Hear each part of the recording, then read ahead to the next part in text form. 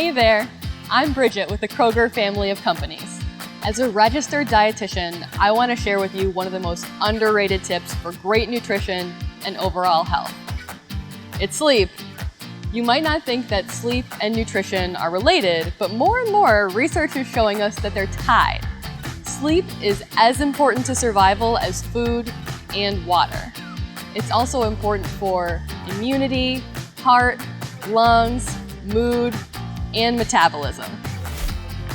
There's really no magic number here, it depends on the person.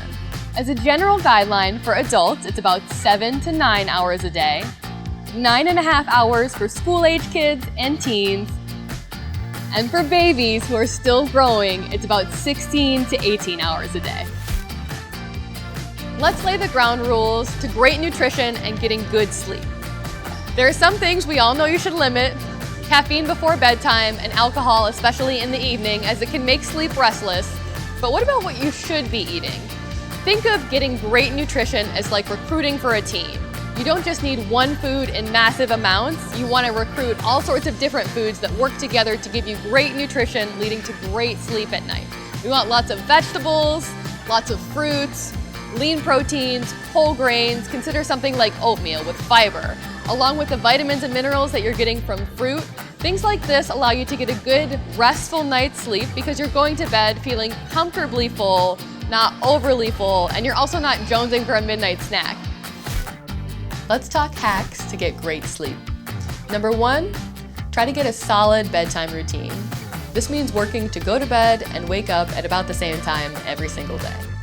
Number 2, exercise.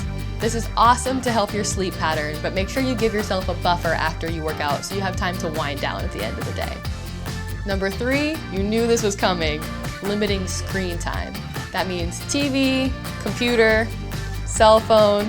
Try to give yourself at least 30 minutes screen-free before you fall asleep at night. And number 4, make sure you create a comfy sleep environment for yourself. This means limiting bright lights, loud noises, and make sure your temperature and your clothes are nice and comfy. Everyone's a little bit different when it comes to sleep, but with a little time to figure out what works for you, you'll be on your way to a better night's rest and better health overall.